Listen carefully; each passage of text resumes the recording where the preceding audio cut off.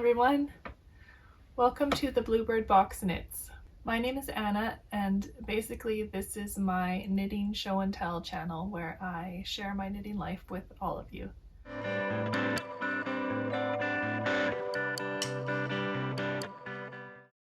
really glad that you made it into this space, whether or not you stumbled upon it or came here intentionally, welcome. So like I said, my name is Anna, and I am the knitter and designer behind the Bluebird Box, which is named after basically, okay, so I was a wildlife biologist once upon a time. I guess I could still be if I wanted to pursue that career, but I haven't, and instead I volunteer through a national monitoring program for mountain bluebirds. So that is where the Bluebird Box, the name, comes from. I live here in Alberta, Canada, and a place with a very rich natural and human history, and you can find out more about the people who've lived here before us in my About section of my channel. So it is February, mid-February, and it is winter here, although it feels like spring. We've had some incredibly warm weather for this part of the world. And today I am wearing something that I have not knitted myself, but it was a gift from a friend of mine who went home to the States and went to Target and bought me this sweater, which I love.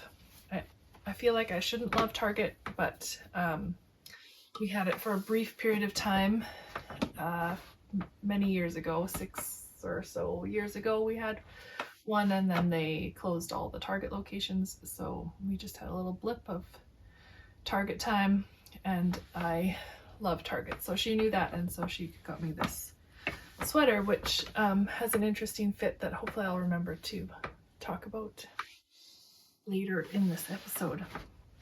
So I have lots of things to share with you today. I'm really excited to be able to record today.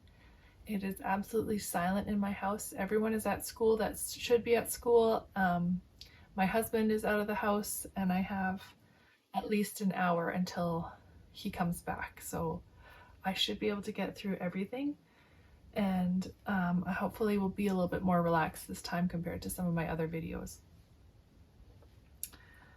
So I have this entire bag and this to talk to you guys about today. I found a lot of knitting time this week, and even though last time I said that I was running out of knitting time and probably wouldn't have much to show for my knitting life, but I somehow managed to find a bunch of knitting time this week. So I have some finished objects to share and some works in progress. I've forgotten some things. Hold up. So scratch that. I actually have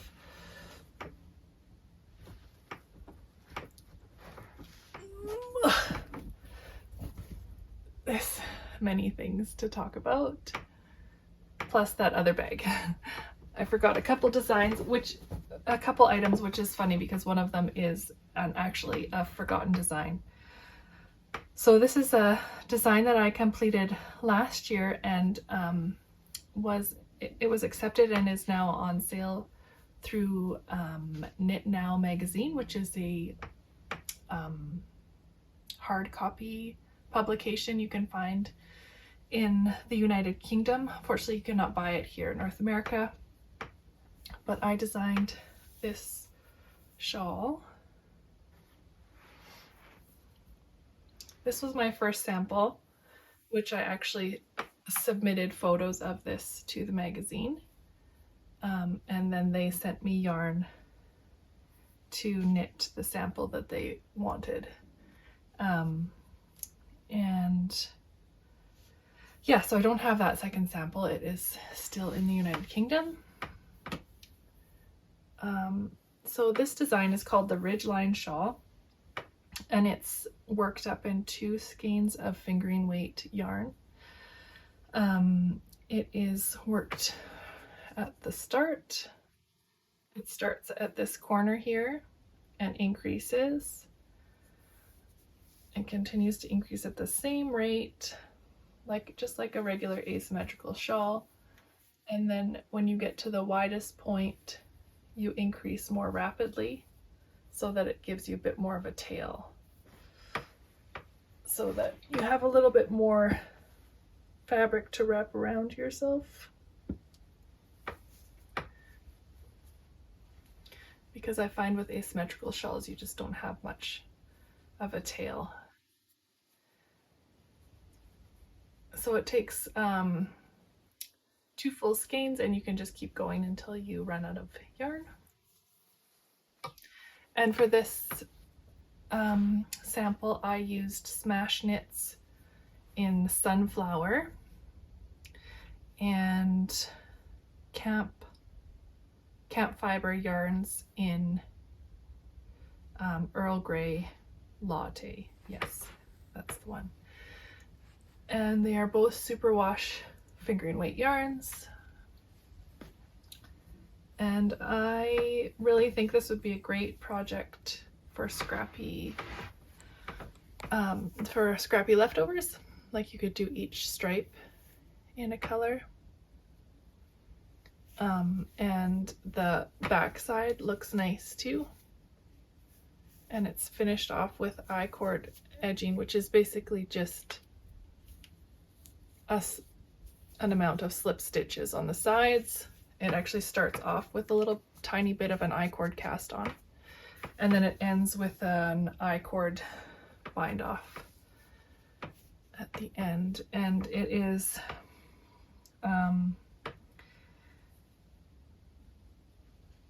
so it's knit and purl, yarn overs and knit 2 togethers, slip stitches, and I-cord bind off. That's basically all the techniques you need for this shawl. So currently the only place you can get the cat pattern is through buying the magazine through Knit Now, which is available in Sandnes in England, and I'm not sure where else.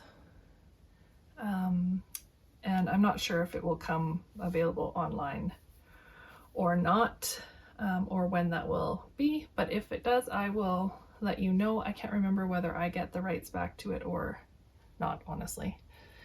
And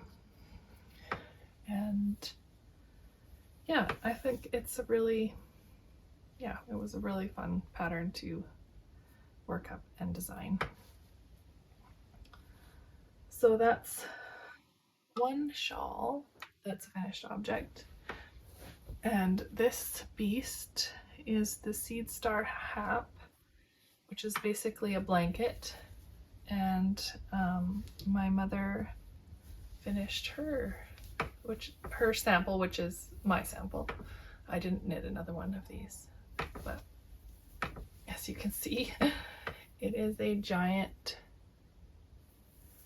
blanket with lace and garter. I cannot show you how big it is. It's just ginormous. It is lace weight. It was knit in the fiber company Meadow, which is a mix of linen and alpaca and wool and a whole bunch of fibers, and it's very luxurious. And you can fold it over in half and wear it like a triangle scarf, or use it like a typical shawl, like a traditional shawl, like that.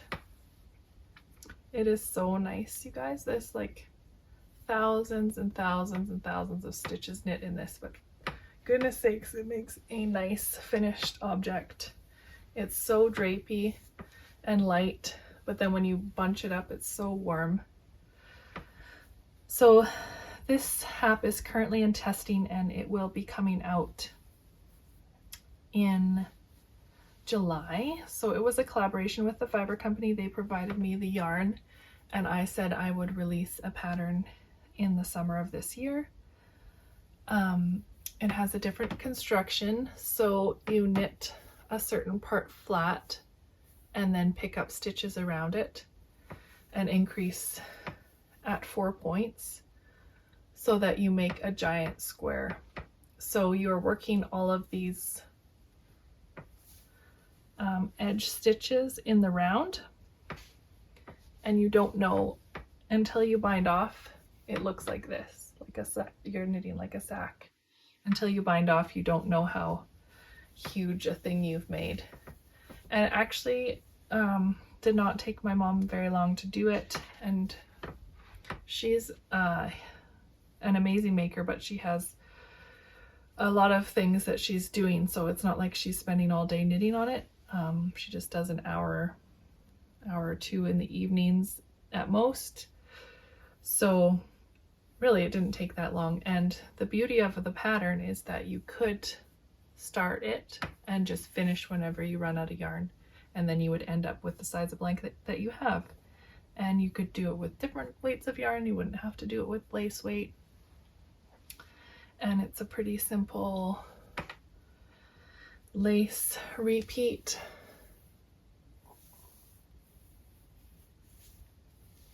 And once you have the lace and garter section done the first time, then you just continue that, and it's exactly the same for the rest of the pattern. So yeah, I'm really pleased with that. I will hang on to it until the pattern is released, but then it will be my mother's since she knit this, basically the entire thing. I worked on it until the second garter section, I think, or I finished the second lace section, I think, and then she did the rest of it. I think it would be a beautiful baby blanket. And the beauty of it is that it will be a square no matter how much you knit. Like I've knit dozens of baby blankets in my life. That was something I used to do for my nieces and nephews all the time. And I found if you started with a certain number of stitches that you cast on, you didn't really, like I never did a gauge swatch for blankets. I would always just start and then see how they ended up. So often they were rectangles because you'd cast on a certain number of stitches, and then it wouldn't be quite as wide as you'd hoped. So I would knit longer to make it bigger, but then it's a rectangle and it's not as useful as for wrapping a baby as a square can be. But this one, it doesn't matter. Like you start with 3 stitches or 5 stitches or something, and then you end up with your little square at the start. Once you pick up around that and do your increase rates correctly, you will end up with a square, no matter how long you knit for. So you can end up with a tiny square or you can end up with a giant square. That's up to you. So I really enjoyed this pattern. It is the same construction method in some of my hat patterns. I have these start with a square, diamond, circle patterns, and it's all the similar construction idea where you start off flat, pick up, and then work in the round. And I think I would love to design a few more blankets, maybe with some more intricate lace pattern, or ones that actually increased where the lace actually increased along these increased lines. I'm not really sure, but anyway, that's the Seed Star Hap. So watch for that pattern coming this summer. It took 3,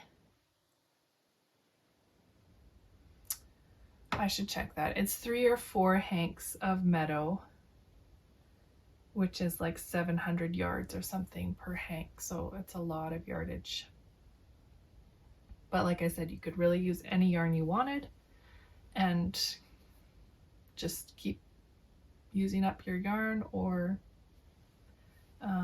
stop when you felt like you had knit enough. I think you could also do it as as a scrappy project because you could do each stripe different.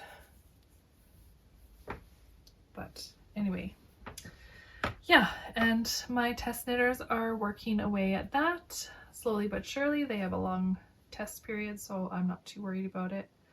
My one tester, Cheryl, messaged me saying that she had a good amount of hers done, but they are working on renovations to their home and she can't find it, and she's pretty sure it got chucked with a load of renovation garbage, which I can't even imagine the heartbreak. And I would have totally given her a pass and said, you know what, that's fine, I understand that you don't want to continue this test knit, but she said she was keen to start it up again, so she's starting another one, and this time she's gonna add some beads to it, so I'm excited to see how Cheryl's comes out.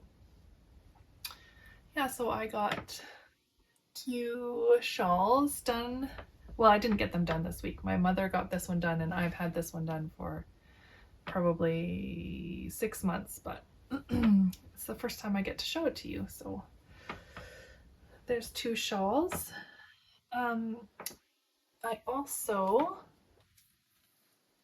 showed you this cardigan vest last time that I liked but was too big. So actually finished another one. So even with writing the pattern and ripping out some, I got this done in a couple weeks. So it's just a simple stockinette open front vest. It has a slight V-neck along both fronts, and it is done in an interesting construction method where you sort of have a shoulder cap but also a raglan at the same time. The edges are done just with a slight pearl bump edge. That's the front edge and that's the bottom, so really subtle. I actually ran out of this Cascade Eco DK just at the edgings, so I used some Wool of the Andes Sport, Knit Picks Wool of the Andes Sport in Stash, and it's just the slightest color change, which I don't mind. I kind of like it. Yeah, so I really like how this one fits, and I will probably be calling for testers. I have 3 tests going right now, 2 garment tests and the Star Hap, and I don't like to add another one because I just get confused with all the numbers people are talking to me about and trying to solve different problems in different patterns. It just gets too confusing and I make more mistakes than it's worth. So I will wait until one of those test knits is complete, which the Gardy Cardi pullover and the Malatank test knit will probably end near the same time, the end of March. So that might be when this comes out, or the test skull comes out. And then the pattern would probably not come out for another month. It's not like, it's not hard. It's not a lot of stitches to knit in this one, so the test should go really fast. I just don't want to get confused in the meantime and make more mistakes and confuse testers along the way.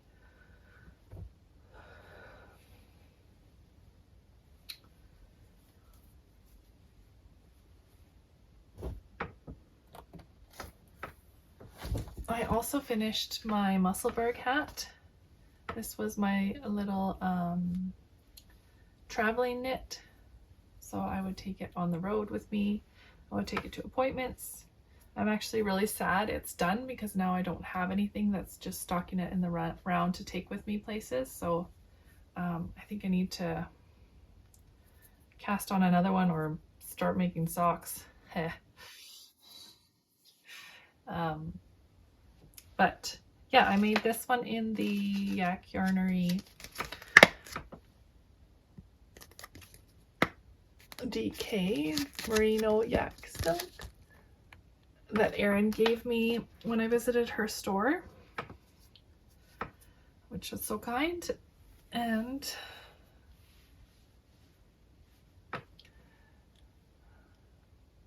yeah, it's like absolutely perfect. It's exactly what I wanted. The only problem is that I made it because I didn't have a warm enough knit hat, and right now it is not cold enough to wear this. It's like +4, so I really don't need a well, it's double layered anyway, and then when you fold the brim up, that's 4 layers of DK fabric.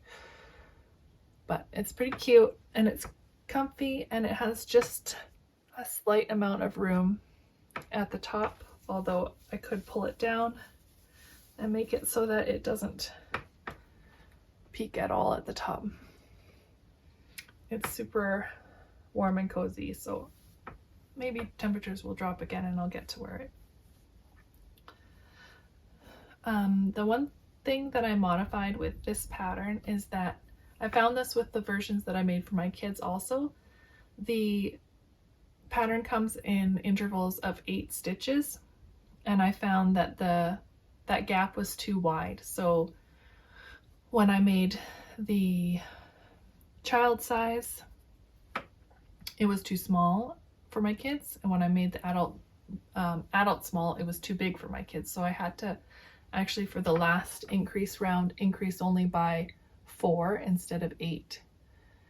And the I found that for this one too. The medium was too big and the adult small was too small, because I really like a tight fitting hat. I don't like it loose. I want it to just stay. When I put it on, I want it to stay, and I don't want to have to like keep adjusting it. And this one is like just the right enough amount of snugness that it stays, but it's not too tight. It's not stretching out too much. So that was my one modification, was that I was in between sizes for this one, in between the adult small and the adult medium. Plus I didn't follow the directions for the length. I'm not sure if I knit the right amount of length or not. I just followed the length of a Carhartt hat that we had. Almost that much, not quite. I didn't want it quite as tall as a Carhartt hat. So this took me about 1 1.3 skeins of DK. I had a full skein in my stash, plus a little bit left over from another hat that I had made this year. So I just used almost the whole thing. Actually, it probably is even less. It's probably 1 1/4 skeins, because I still have a little bit left from this. I didn't use every little bit. So it's just a great color of yarn. And this fuzz, some of this wearing, sort of like fuzzing out. I don't know if you can tell that. Maybe this part where I was knitting it. This is where I started, so it's like I was knitting it longer.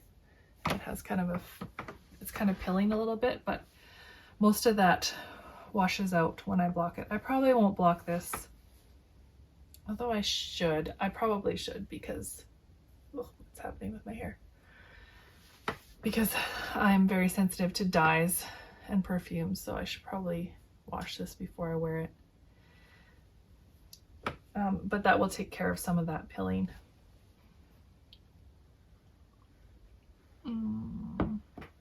Okay, I finished some swatches. Last time I was telling you about working unspun with mohair and for a cardigan design that I have in my head. So I have 3 swatches complete. Whoop. And they're all lovely. This one is done on a 4mm, I think. No. This is done on a 6mm. needle, really big needle for me. And these two are done on an 6.5. 6.5. So this one, I really love this spongy fabric, but I think it might be too thick actually. So I actually like this 6.5 millimeter needle. So I have told you all about my struggles with mohair and trying to find one that I can actually wear without scratching my skin till it bleeds. So I have some good news. Oh, I don't have the label for that one, but it seems like the knitting for Olive ones, I think this is copper, and this one is called linen. I can wear without too much itch. So how I tested that is that I just took the little swatch and I stuck it in my shirt and just trapped it with my bra strap, and then I left it and went about my day, and I actually completely forgot it was there and it didn't bother me at all. However, so this is the one with the copper, and this is the one with the linen. Oh, a very similar, a very good match on that one.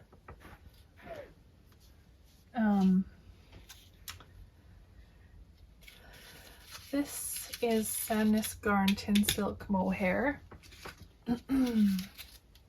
This one.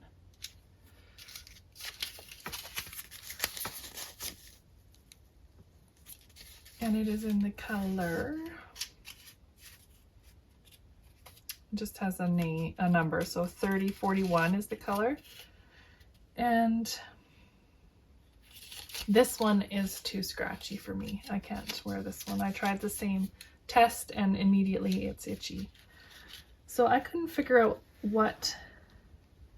why the difference in some mohairs being soft and some mohairs being so scratchy. But I ordered this book, The Book of Yarn by Clara Parks.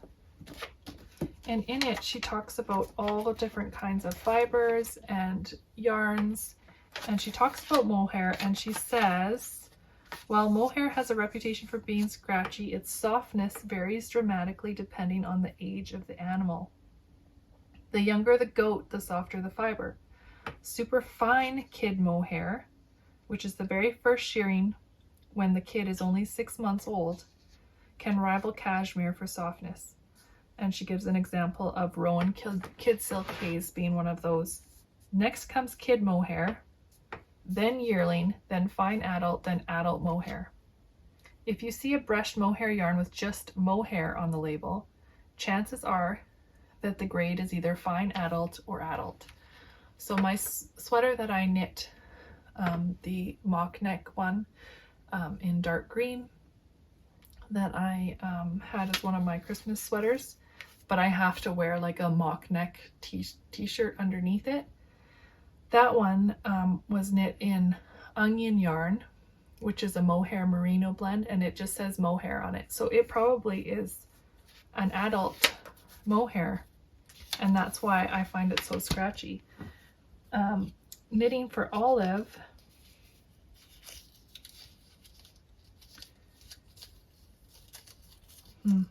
it does not say kid mohair on it, but it is really quite a bit softer, I find, than the Tynn Silk Mohair. So you could actually be able to tell how soft a mohair is right from the label. If it says kid mohair on it, then it's probably much softer than one that just says mohair. I don't know about the ethics of that. If we are only using kid mohair, then what happens to the adult goats? Are they used for meat, or is it just a waste then? Are you only shearing them at 6 months old and never again? That I'm not sure about. So I don't think I'm going to be knitting a ton of things with mohair, But for this one design, I think mohair is the only thing that will work for what I have in mind. It lends structure to the unspun yarn, and of course that fuzz factor is really appealing, but mostly it provides structure so that the unspun doesn't pill a ton.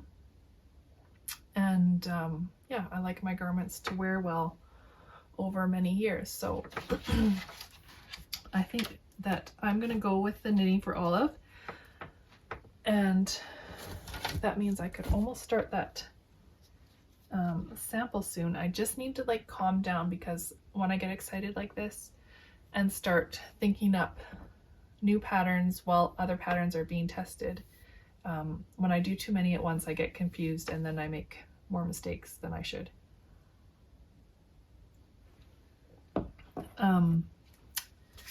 The sad thing is that the Tynn Silk Mohair is a little bit warmer of a color than the Knitting for Olive linen version. It's a perfect match for that color, but it's just a bit cooler, and I actually like the warmer one best. So I don't know. I could order a warmer color from Knitting for Olive, but I've already bought 3 balls of mohair now, one of which I will not be able to use because it's too scratchy for me. This one I don't know if I will.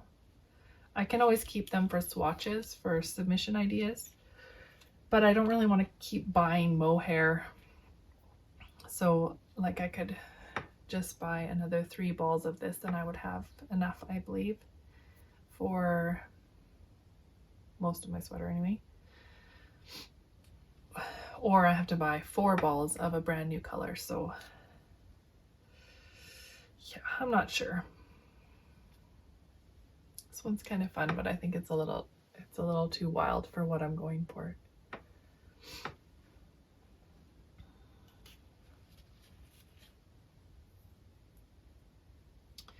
Oh, and I wanted to give you a little tip if you're someone who knits with mohair a lot. When you knit with mohair held with another strand, if you get to the end of your, let's say you're knitting with this strand of mohair and unspun, and you run out of the unspun, you can just add this unspun right here. Like, you don't even need overlap or to weave in ends or to spit splice or anything. You just add it in. The mohair has enough fuzz that it grabs that new yarn and holds it in place. And the same goes for when you run out of a mohair strand. You can just add a mohair right next to it. And mohair is sticky enough that it will hold itself in place. Like, if you've ever ripped out a mohair item or swatch or anything, you know those stitches don't come apart unless somebody really wants them to come apart. So don't get too hung up on getting your spit involved or weaving in ends. You really can be super lazy with mohair and unspun too. Like, if you're knitting with just unspun together, you can just lay those strands when you're running out. You can just lay those strands right on top of each other and keep knitting. You don't have to like felt it together or spit on it or anything. Just lay them together, and they will felt together when you block it, and they'll never come apart. Guaranteed. That's my guarantee for you.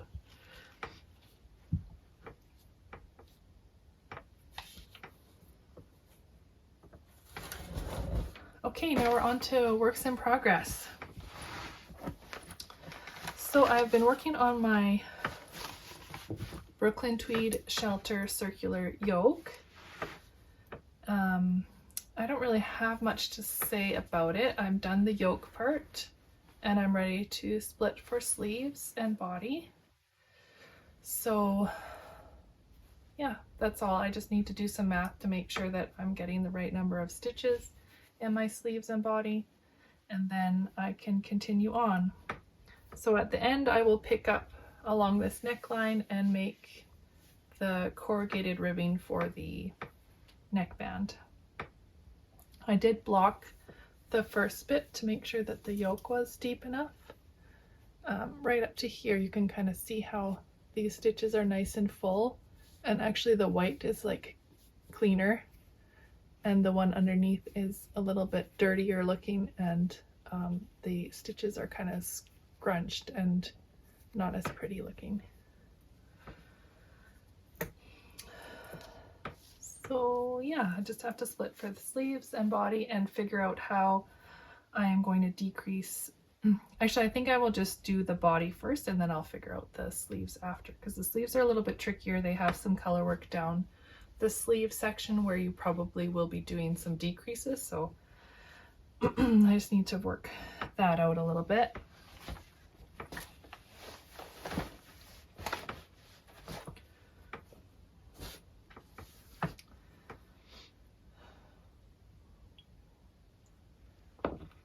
For my plans and dreams, I have a couple swatches I've been working on for a submission call. I'm hoping to propose, and so I'm not really going to show you those ones. I have been dreaming up a Gardy Cardi pullover version, so it would be the same construction and everything, but it would be joined in the front, so it's a pullover instead of a cardigan. The test knitters have been working on the Gardy Cardi pullover and been doing amazing.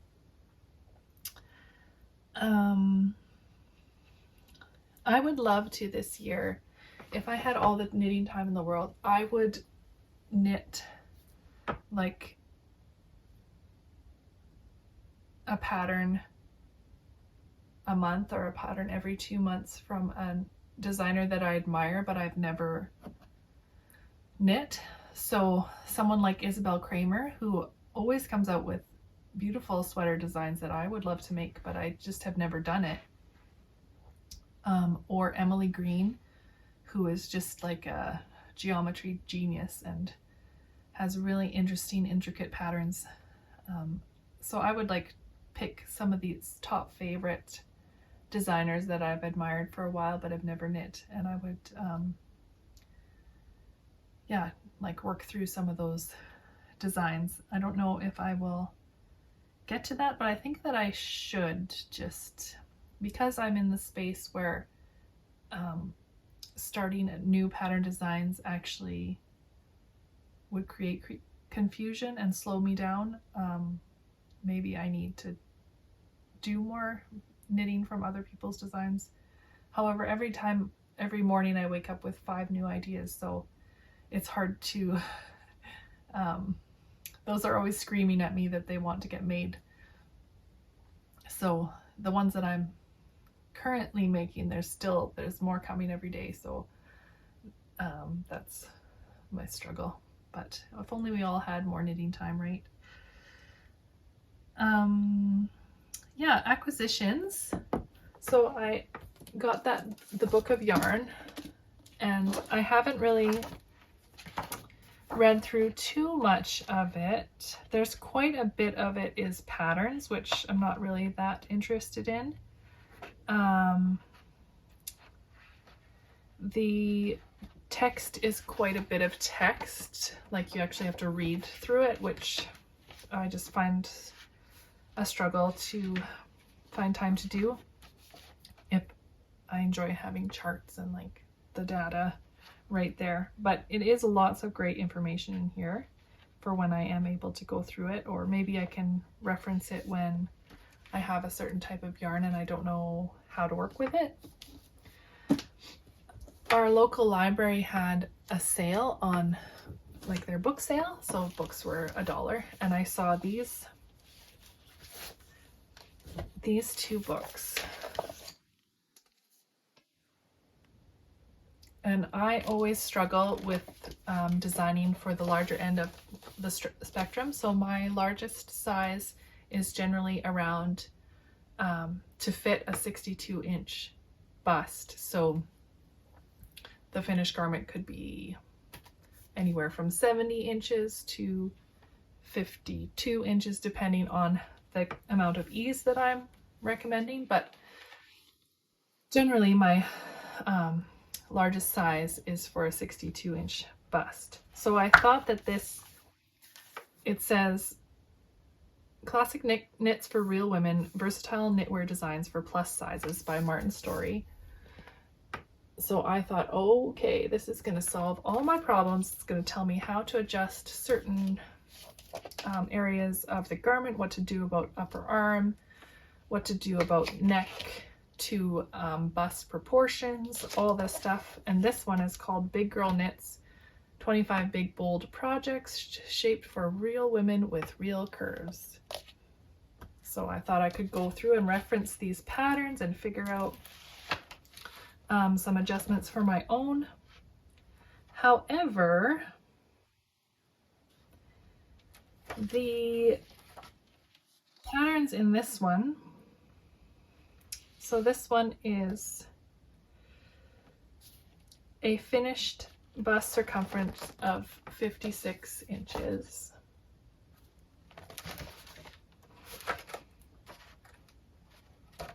This one is 53.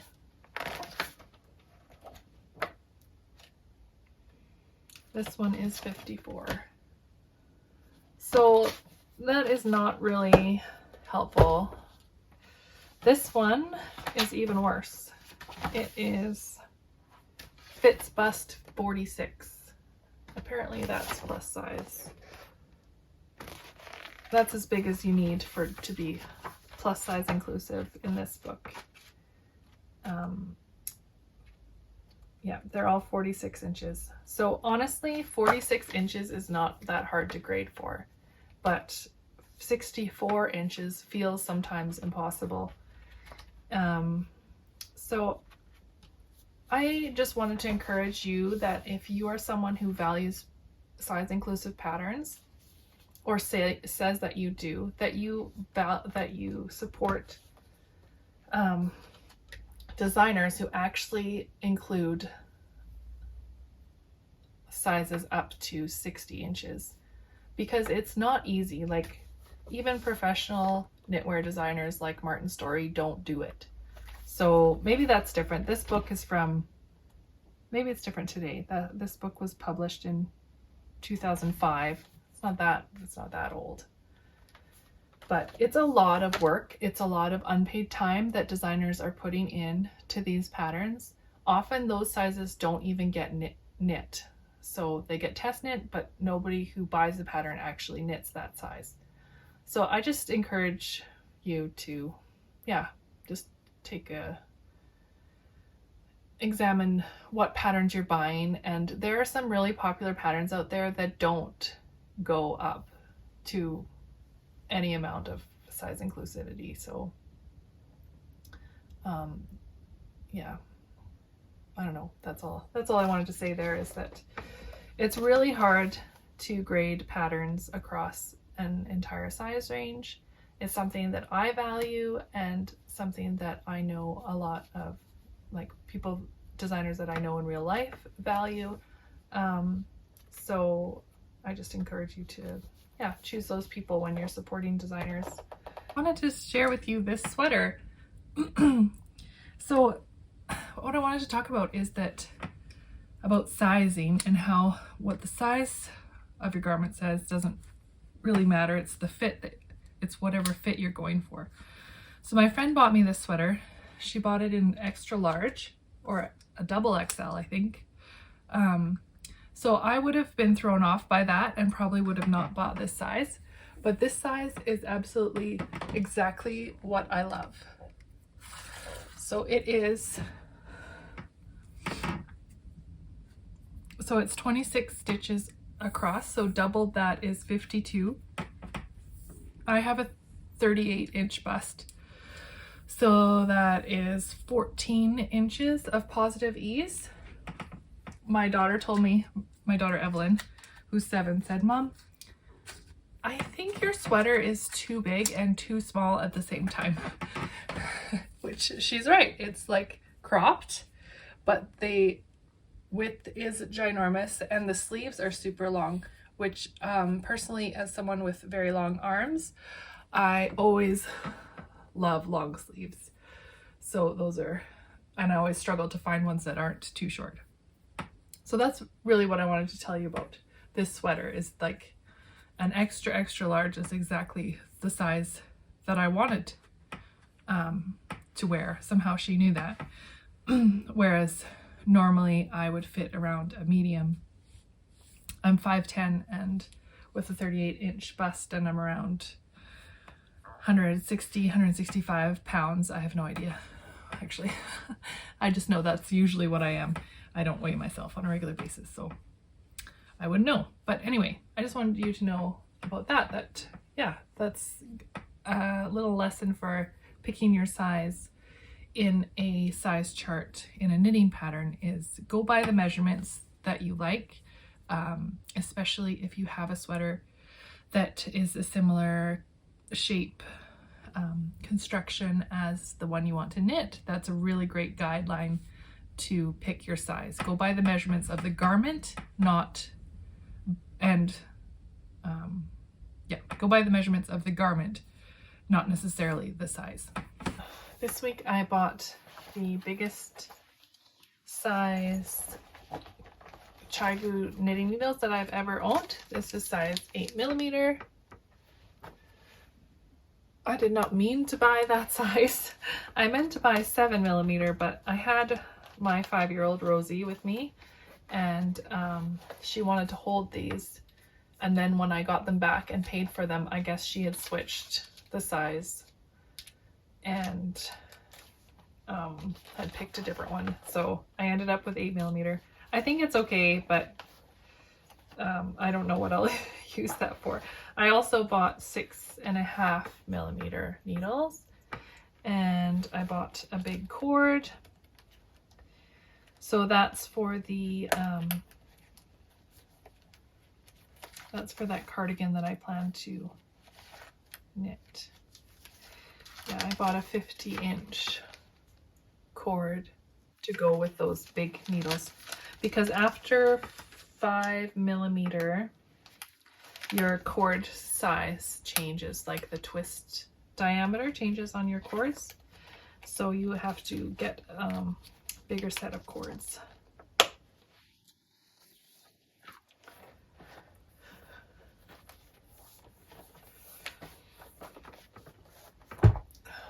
For our shop news, we are full on in the Cardi test knit and the Malatank test knit and the Star Hap test knit.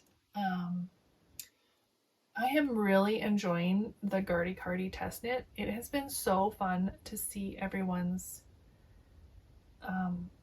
color choices. Some people are using Advent, some people are using fuzzy yarn, some people are using full skein, some people are using scraps, and it's just been such a joy for me to see everyone's thought process and what they're coming up with. And I'm thinking that I might want to start a test knit, like my first ever my first ever knit along for that design when it comes out in April.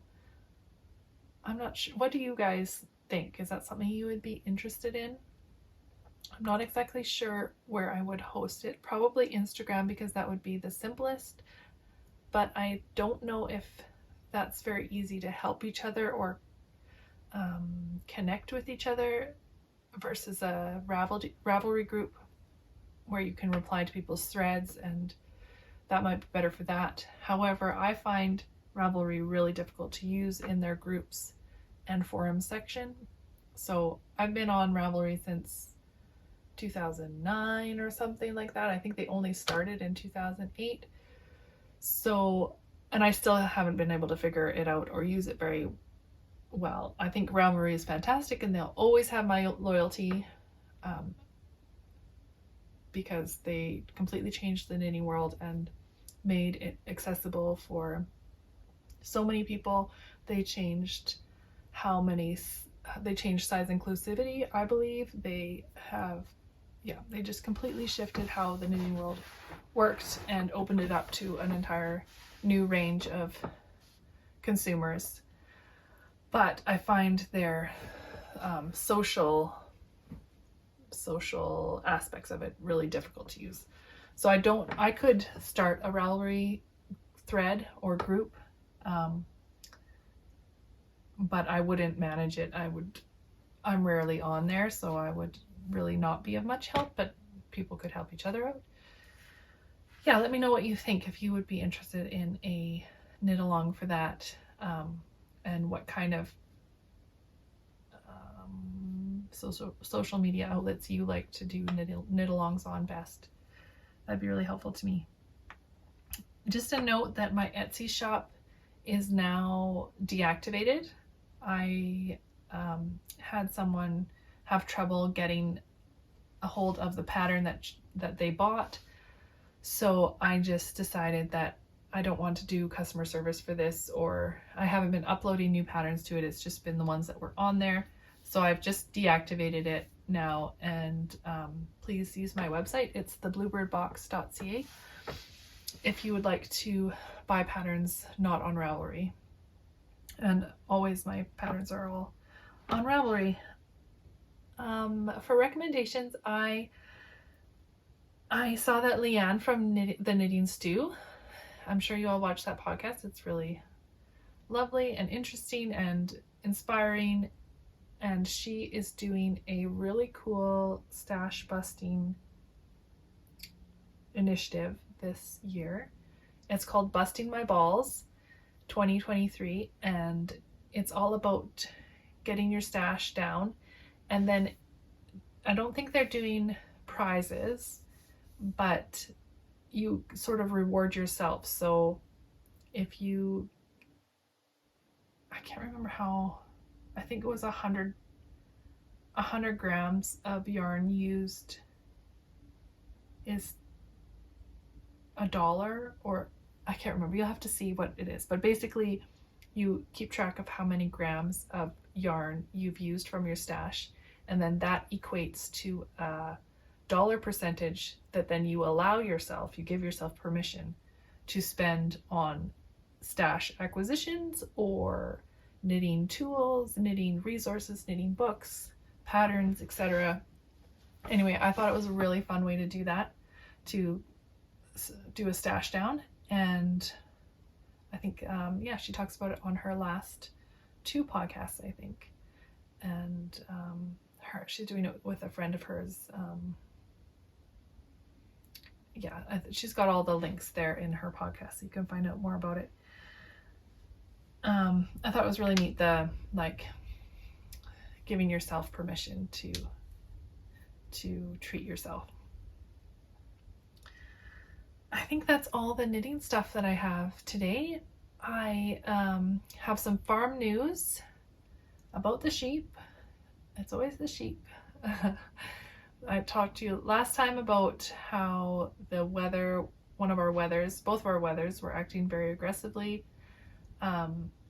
So we brought back our ewes from Camrose this past couple of weeks. They were there spending some time with their new boyfriend, and hopefully that means lambs come this July. And when they arrived back, the one wether, Judo, was already separated from everyone because he was so aggressive. We still had Prince, the second wether, in with the ewes and the dog, and he was just ridiculously aggressive. He butted me and left a big bruise on my thigh. He was ramming my husband and the dog. So that was it. My husband built up the pen a bit more, and now the 2 wethers are there together in this new pen by themselves. So while we were moving them, we flipped them over and checked their undersides, and they have been castrated, which means their testicles have been removed, but both of them still have a testicle in their abdomen. So basically they were not castrated properly, just the ball sack was removed, but the testicle remains. inside their abdomen, so they are actually rams, and that's why they are so aggressive. You can't do anything about that now. You would need to do internal abdominal surgery to remove that testicle, which obviously is not feasible with budget and so on and so forth.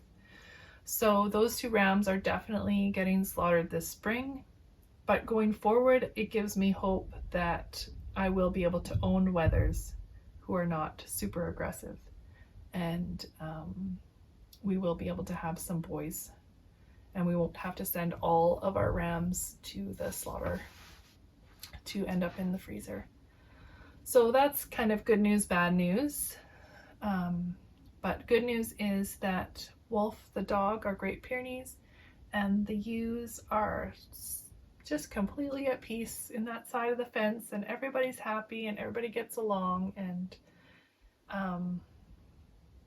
yeah, it's just bliss now. So I'm really glad to have solved that mystery and have figured out that problem, and we just keep learning new things all the time. One downside is that we will need to figure out how to castrate rams properly if we are breeding our ewes. So that is that's another thing to learn for another day. I think that's all. I went for a walk the other day with my daughter. I guess that was like 2 or 3 weeks ago while it was still cold, and found some lynx tracks in our forest. At first, I always think that anything that looks like a cat track is a cougar, so I had to like research and figure out what it actually was. I might actually link the video that I used. It was from Alaska Fish and Wildlife or something, and it was really interesting and helpful. At least I found it so. But yeah, it was definitely lynx tracks, so that was kind of cool. We'll probably never see an actual lynx, but to see their tracks is pretty neat. And amongst all the snowshoe hare tracks.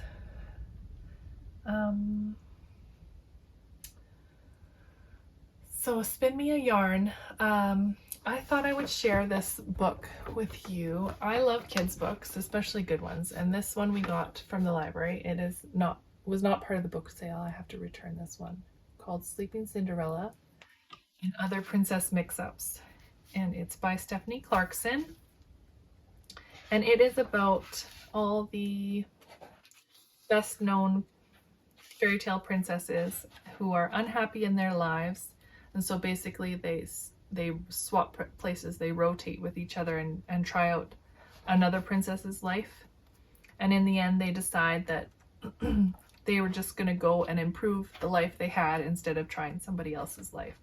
So it's kind of a good moral of the story, that the life you have is a good one if you make some changes and look at it a different way. But it had a little bit of knitting in it, which I thought was cute. So Sleeping Beauty is the one who gets pricked on the spinning wheel,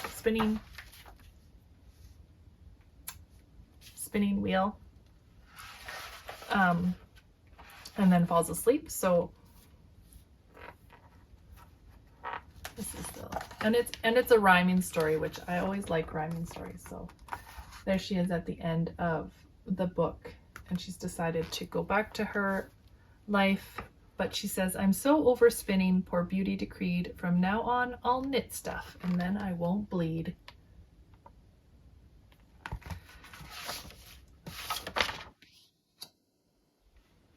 And then, so by talking things through and her problems amending, each girl truly made her own fairy tale ending.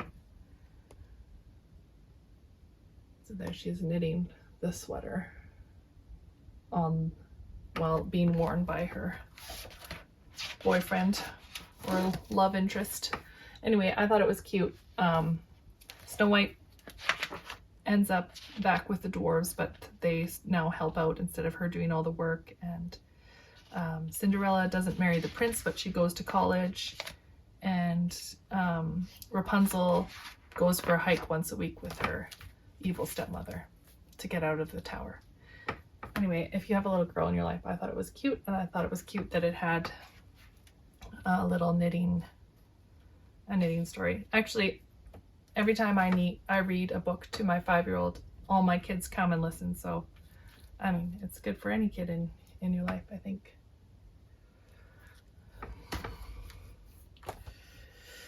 Okay, I think that's all I have for today. I hope you have a wonderful week.